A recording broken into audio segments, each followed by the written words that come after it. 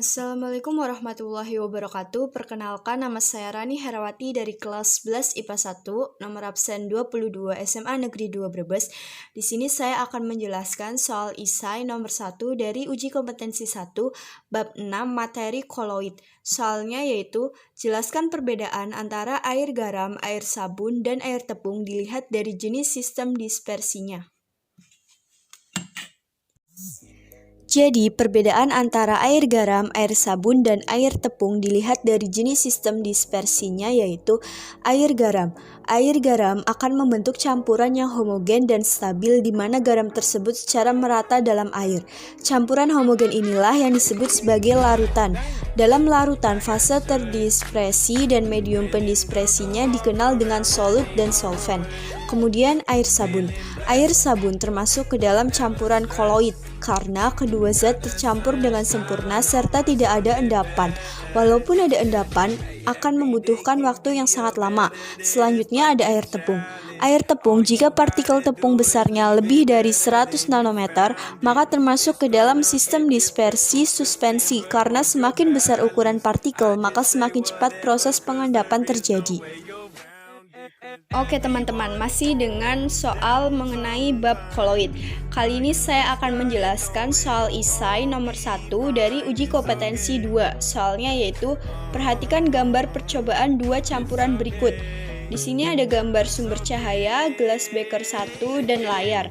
Selanjutnya ada gambar sumber cahaya juga, namun di sini ada gelas beker 2 dan layar. Soalnya yaitu, berdasarkan hasil percobaan tersebut, campuran pada gelas beker manakah yang merupakan koloid? Jelaskan sifat koloid yang berhubungan dengan percobaan tersebut. Oke teman-teman, mari kita simak penjelasannya. Jadi jawabannya, campuran yang merupakan koloid terdapat pada gelas beker 1, sementara gelas beker 2 berupa larutan. Sifat koloid yang terdapat pada gelas beker 1 ini disebut sifat efek Tyndall. Efek Tyndall yaitu penghamburan partikel koloid oleh cahaya.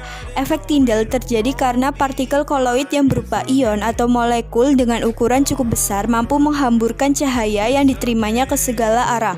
Meskipun partikel koloidnya tidak tampak, sehingga bayangan pada layar lebih besar. Sementara yang larutan, ukuran partikel zat terlarutnya terlalu kecil sehingga tidak dapat menghamburkan cahaya.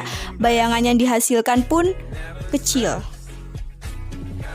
Ya, di sini bisa kita lihat pada gambar 1 dengan gelas beker 1. Ketika gelas beker dijatuhkan sumber cahaya, maka sumber cahaya pada gelas beker pertama ini akan menghamburkan cahayanya dan berkas cahayanya akan terlihat. Kemudian hasil dari bayangannya pun menjadi besar. Bisa kita lihat di sini ada berkas cahayanya, ini terlihat besar, itu nampak hitam-hitam, dan ini bayangannya pun jadi besar.